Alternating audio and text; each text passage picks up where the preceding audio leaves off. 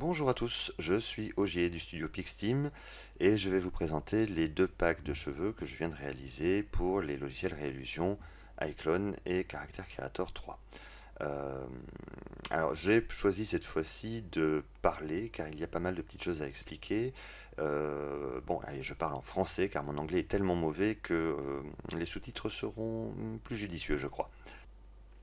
Alors quelques informations générales pour commencer. Toutes les coupes de cheveux utilisent le nouveau shader de réalisation Digital Human Hair, donc ça permet une bien plus belle circulation de la lumière. Et dans la seconde partie de la vidéo, je vous montrerai comment les paramétrer et comment aussi on peut personnaliser ces coupes de cheveux.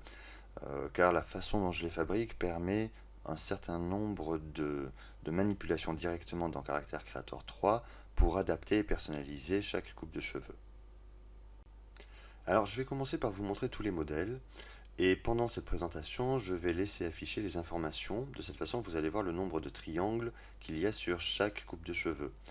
On est sur quelque chose de très raisonnable puisque la coupe qui a le minimum de triangles a je crois dans les 5000 triangles et celle qui en a le maximum a entre 16 et 17 000 triangles.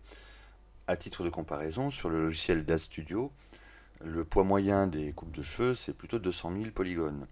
Le minimum que j'ai vu, c'est 50 000, et j'en ai vu monter jusqu'à 800 000 polygones. Bon, on n'est pas du tout sur les mêmes objectifs. Je rappelle que les logiciels Réillusion sont plutôt préparés pour le temps réel, ce qui permet d'ailleurs la jonction avec les logiciels Unity et Unreal pour faire du jeu vidéo et de l'animation temps réel.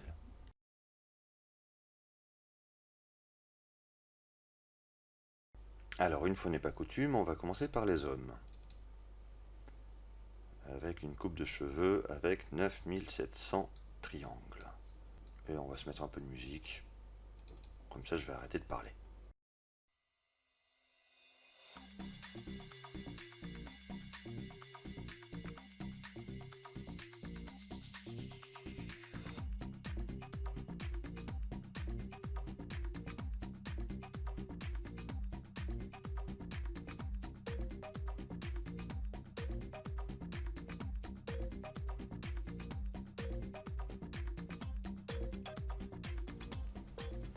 Ce qui est intéressant, c'est que les coupes de cheveux hommes marchent très bien sur les femmes. Je vous ai pas montré l'inverse parce que ça marche beaucoup moins bien. Mais dans la réalité, c'est pareil. Enfin, souvent.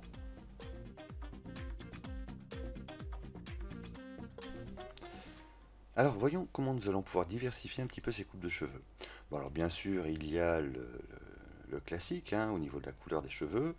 On va dans les matériaux, le canal couleur et on l'édite. Et on va pouvoir changer bien sûr la brillance, la saturation, la couleur pour obtenir un petit peu la couleur que l'on veut.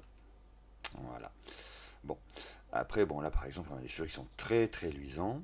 On va faire un petit reset, je préfère en blond pour celle-ci. Ça c'était pour la couleur. Donc par rapport à la brillance, on est maintenant avec le nouveau shader Digital Human Hair. Alors, c'est un shader qui est très proche du PBR. Donc nous avons deux canaux ici, Metallic et Roughness, qui permettent de gérer en partie la brillance. Sauf que maintenant nous avons un nouvel onglet un petit peu plus bas, Shader Settings, hop, où nous allons pouvoir assigner deux matériaux, deux textures. La tangente map permet de signifier la direction des mèches de cheveux. Alors, pour ma part, par rapport à la fabrication que je vous montrerai tout à l'heure, toutes les mèches sont verticales et on peut le voir ici sur le masque que j'utilise. On a bien deux mèches de cheveux, une à gauche, une à droite, qui sont à la verticale. Donc, pour le vertical, c'est le rouge, pour l'horizontal, c'est le vert. Donc, nous, c'est rouge. Alors, pour le masque, il suffit de reprendre, de faire un copier-coller de la diffuse, hein, qui est un PNG avec alpha. On a l'opacité, bien sûr, dedans. Et de le copier-coller ici. Il y a un petit bug d'ailleurs, il faut passer par ceci. Voilà, il faut utiliser le petit bouton paste. Alors en dessous, nous avons Parameters. Et là, on va pouvoir avoir beaucoup plus de réglages pour améliorer avec beaucoup plus de finesse la brillance et les différents paramètres de réflexion, de transparence des cheveux. Alors ici par exemple, on va pouvoir étaler la brillance, la réduire, de façon à avoir quelque chose d'un peu moins flashy. Hop.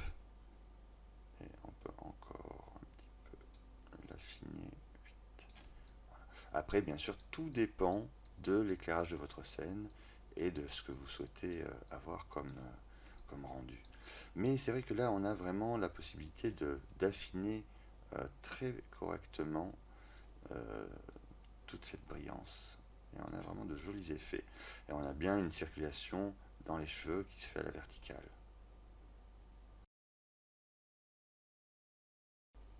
Alors toujours dans le principe de personnalisation grâce aux textures, cette façon de modéliser les coupes de cheveux permet également de changer la texture très facilement. On n'est pas sur un dépliage UV complexe avec des cheveux dans tous les sens. Non, on a une seule mèche de cheveux qui est répercutée sur l'ensemble du maillage. Donc du coup, pour changer vraiment l'apparence des cheveux, on va simplement changer la texture. Et bah, par exemple, on va aller prendre, là on a les cheveux droits, on va prendre donc des cheveux ondulés. Et là tout de suite, on voit ce que ça donne. On a quasiment une autre coupe de cheveux. Donc bien sûr, on va aller affiner ça, on va aller chercher la normal map. Ok. On va copier-coller le canal opacité dans le roughness. On va le copier d'ailleurs aussi pour aller le coller dans le masque spéculaire. Ah oui, c'est vrai qu'il y a le petit bug dont on parlait tout à l'heure, auquel je ne suis toujours pas habitué. Voilà, ça fonctionne. Donc là, on a quelque chose qui est un peu trop brillant par rapport à ça. On va donc réduire copieusement. Voilà, et mettre un petit peu plus. Et puis, on voit que les cheveux sont trop plats, là, malgré la normal map. Alors, on peut forcer un petit peu la normal map, mais ça va pas nous sauver. Mais on va quand même le faire un petit peu, voilà, déjà. Hop, voilà. Mais surtout, on va faire une petite astuce pratique. On va prendre la diffuse, qu'on va aller coller dans le displace en mode height map et grayscale. Ok. Alors là, tout de suite, on a un effet un petit peu excessif. On va aller le limiter. Hop, ici. Alors bien sûr, on désature à fond puisqu'on se fiche des couleurs. Par contre, c'est important de prendre bien la diffuse hein, et pas le masque, puisque dans la diffuse, on a cette ondulation qui est que l'on voit dans les brillances. Hein, là. Voilà. Si vous prenez le masque, évidemment, vous avez quelque chose de plat. Et on va quand même varier un petit peu ça. On va varier le contraste et surtout, on va ajouter un petit peu de softness. On va mettre 5, voilà, voire 8. Voilà. Ouais, c'est déjà mieux. Donc là, on a bien cette petite ondulation. On va le faire varier avec le contraste aussi. Bien équilibré. Voilà. Il faut faire attention, par exemple, à la base des cheveux, parce que quand on fait varier l'intensité, vous voyez que hop, l'implantation diffère. Ok. Donc ça, on peut refermer. Et puis après, on va venir doser comme on veut ce déplacement. On est pas mal là. Hop. Voilà. Et puis, bien sûr, après, si on veut, on peut aussi évidemment la mettre en brune. Hop, un peu plus rouge. Voilà, on désature bien comme il faut. Voilà. Donc, à partir de la coupe de cheveux ici, on arrive quand même à quelque chose comme ça. Donc, on est vraiment très très différent. Voilà. Et alors après, on va prendre un autre exemple hein, sur la même coupe de cheveux. Il y a un effet que j'aime bien, c'est un effet mèche mouillée. Alors pour ça, j'ai fait des textures avec des cheveux beaucoup plus épais. Alors en fait, ça donne l'impression que des cheveux se sont agglomérés en mèches, qu'ils se sont collés à cause justement du fait qu'ils soient mouillés. Donc voilà, ouais, ça donne des petites mèches un peu plus importantes. On va aller chercher la normal map.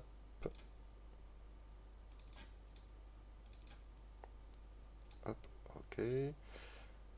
fait les mêmes principes. Ok.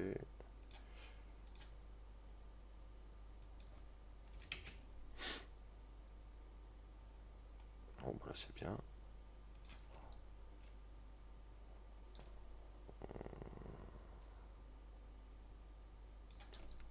Voilà.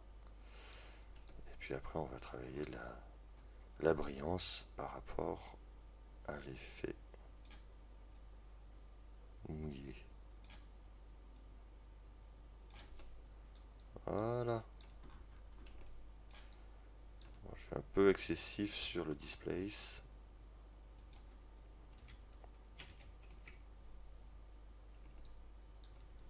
Voilà, c'est pas mal. Voilà, on dirait qu'elle sort de la douche.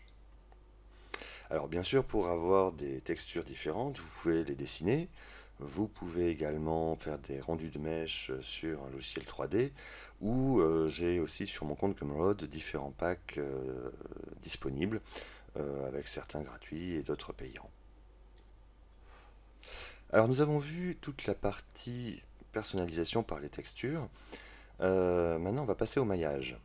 Alors pour cela on va prendre cette coupe de cheveux avec une belle mèche devant les yeux qui peut parfois être gênante. Et on va la changer de place.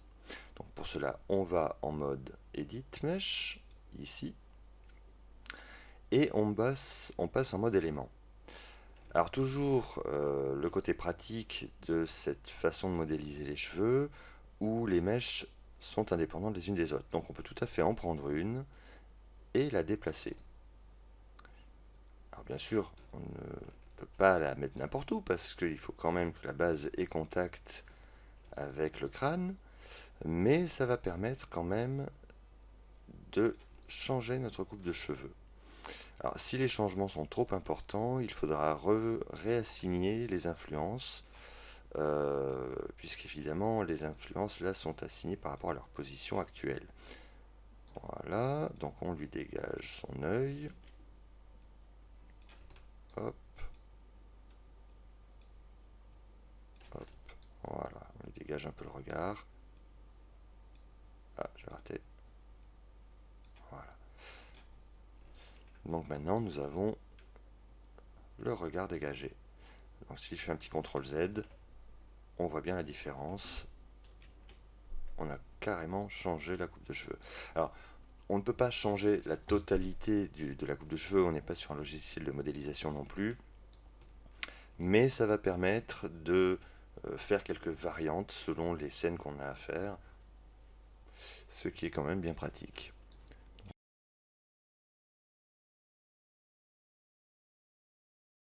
Alors on peut changer la taille des mèches aussi, hein, bien sûr.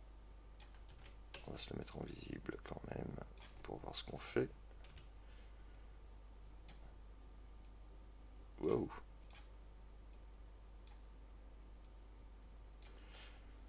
Donc déplacement, on repositionne là où il faut. Chut, ici, une petite rotation en prime, et je vais venir la déplacer ici. Voilà. Voyons voir ce que ça donne. Voilà, donc là on a une mèche de cheveux très très légère qui vient devant l'œil gauche. Voilà, ça c'est l'autre côté pratique de ce type de modélisation. Ça permet quand même pas mal de personnalisation. Allez, le dernier point que nous allons voir, ça va être la gestion de la dynamique physique. Alors, de base, dans chaque modèle, il y a déjà une white map. Alors, comme vous voyez, il y a simplement un dégradé qui est positionné sur la texture des mèches. Il n'y a qu'une seule texture pour les cheveux, le crâne évidemment ne bougeant pas, et un simple dégradé suffit. Alors, on va passer sur iClone.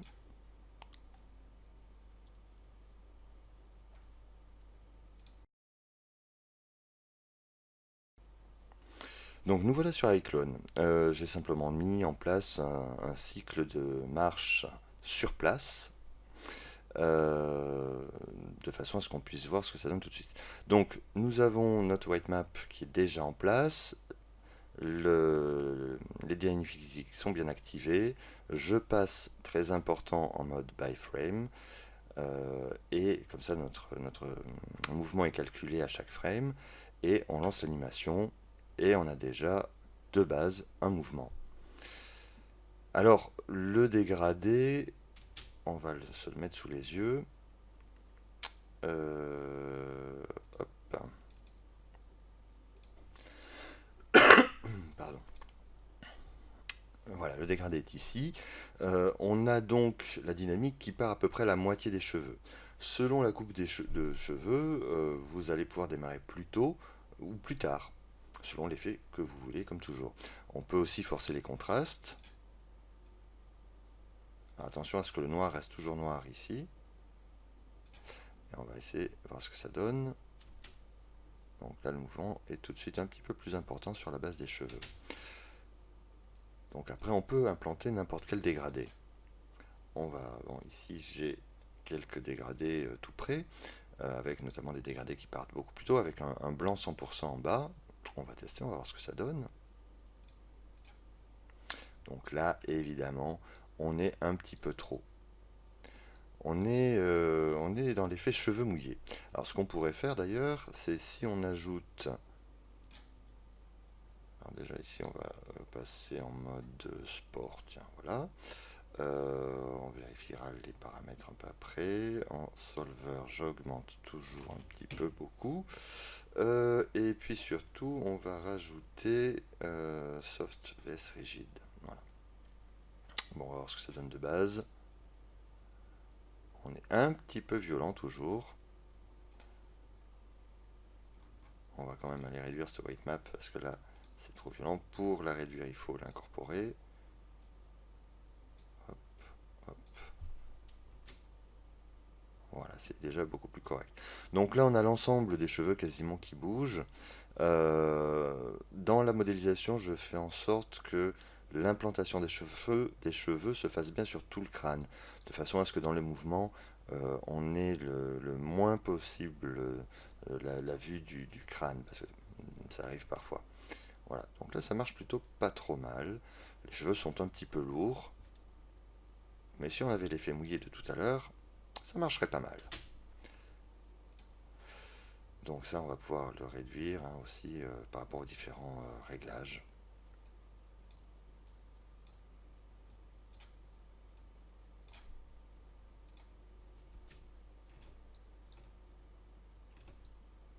Voilà. Tous les cheveux fonctionnent de la même façon. Donc c'est vraiment extrêmement simple. Un simple dégradé dont on va faire varier l'intensité, le contraste, et que l'on va faire partir plus ou moins tôt par rapport à la base des cheveux. Donc là par exemple je vais en mettre un petit peu plus tardif. Par exemple ça. Ça peut être intéressant, on va voir ce que ça donne ici. Donc la coupe de cheveux reste en place à la base et au bout des mèches, mais le milieu fonctionne, le milieu travaille un petit peu. Ça peut servir, ça, quand on fait un plan où on veut que les mèches de cheveux ne se promènent pas trop. Voilà pour ce qui est des dynamiques physiques. Eh bien écoutez, j'espère que vous vous amuserez bien avec tous ces cheveux et qu'on se reverra pour un autre projet. Ciao!